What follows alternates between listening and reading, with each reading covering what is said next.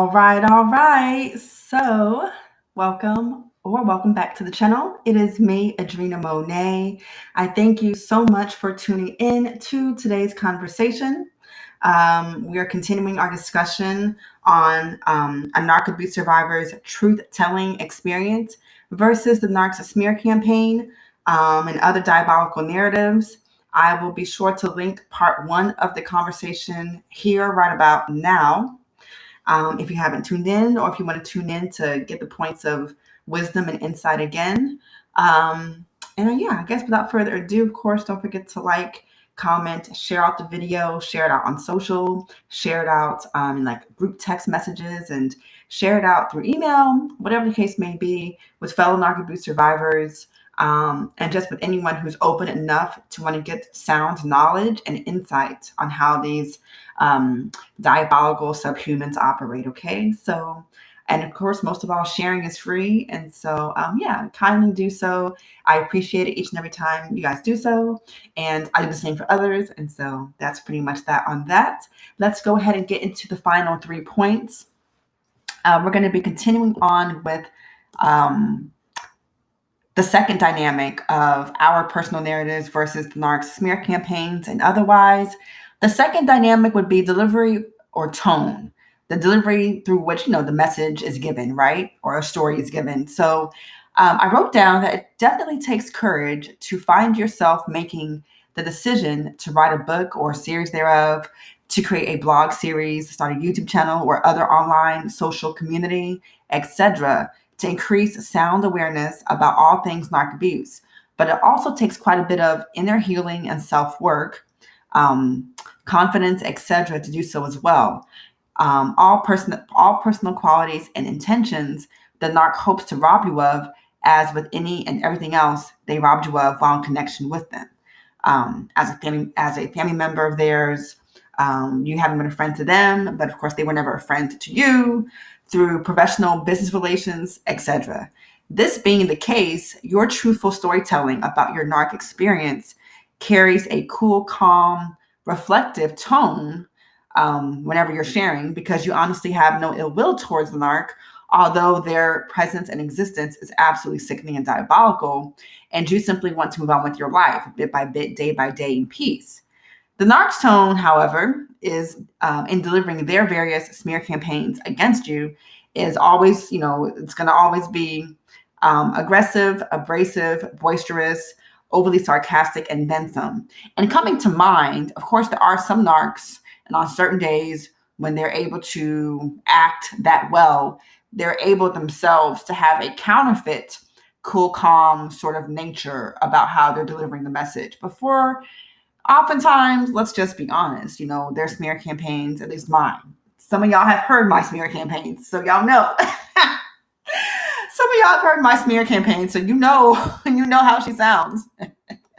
And she was aggressive, abrasive, boisterous, overly sarcastic, all the above, and then some. So, that is that on that. Number 3, the third dynamic of our stories versus theirs would be those impacted or involved. In our case, we go for impact, purposeful impact, right? If and when a narc abuse survivor finally gathers the strength, courage, confidence, etc., to confide in those select few, let alone speak publicly online and or offline about his or her narc abuse experience or experiences, it ends up being countless other perfect strangers oftentimes, but it ends up being countless other survivors whose lives are positively impacted by said strength, courage, etc. However, because the narc hates that he or she has no goodness, never did, never could, and never will have any either, because the narc has no goodness in him or herself, because the narc hates that he or she can never be anything like you, has nothing authentic about him or herself, has no purposeful or bright future ahead of him or herself. Heck, let's not forget that narcs are tormented by their demonic master and all of their demons within on a daily basis. Because of all these things, he or she has to involve their flying roaches, absolute strangers, and anyone as diabolical or simply passive and enabling in other cases as they are in their smear campaign, in their smear campaign schemes, right? So that's the difference of the fact that we go for purposeful impact. and we impact people, that become newfound friends, family, perfect strangers as well that we connect with in this genuine Narc Abuse Survivor community all over the internet alone, and of course offline as well. Whereas they involve, okay, because again, they have evil intent in everything that they'll ever do or say. They have evil, calculated, attempt and intent in doing all that they do. So of course they have to recruit their roaches, do what narcs do. So that is point number 3. Impact and those that they involve. Final outcome of us, healing well, beginning to do the healing work and then being divinely guided in time, however we are divinely guided to do so, to share our stories, increase awareness and sound knowledge, wisdom, perspective, and all that on our respective narc abuse experiences and narc abuse as a whole. The final outcome, I wrote down that when we confidently step forward to share about our narc abuse experiences, whatever sharing looks like for him or her, the right people will believe you. The one, us being the ones who survived such nightmares, right? Not only that, but the right people who hear, read about, or otherwise learn of our narc abuse experiences, they themselves gain the courage to further heal while simultaneously spreading sound knowledge and awareness about these subhumans. Furthermore, those who take heed to the very real existence of these demonic nightmares, young and old alike, because, in my case, the female narc is 22. And as we all know, these subhumans get more and more evil by the day, let alone by the passing year. She's 22 and as evil as, you guys. Yeah, okay. And so those who take heed to the very real existence of these demonic nightmares, young and old alike, take it upon themselves with keen discernment to study up on narc abuse and all of its dynamics.